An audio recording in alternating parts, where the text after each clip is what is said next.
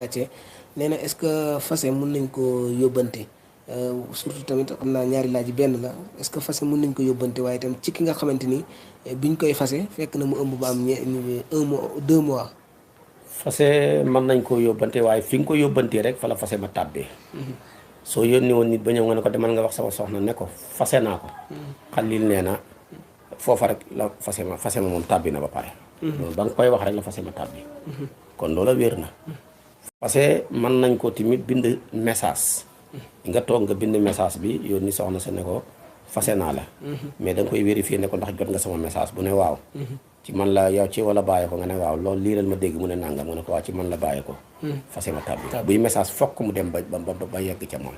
moog leetar yam buy leetar bi fokk mu dem ba yegg ci moom. su fekkee ne nag da ngaa bind message. wala nga bind leetar. te bi nga koy bind da nga caa dogg ci fase bi. fase ma tàbbi na su fekkee dogguwuloo te yeggagut ci moom. mën nga koo retourné maanaam yaa ngi bind dégg dama ko war a fasel wër ma ko fase bàyyi ma bind ko message bàyyi ma bind leetar.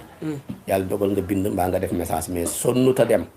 te yow booba doggoo woon da nga doon déngi bu la neexee nga effacé message ba te fase du am.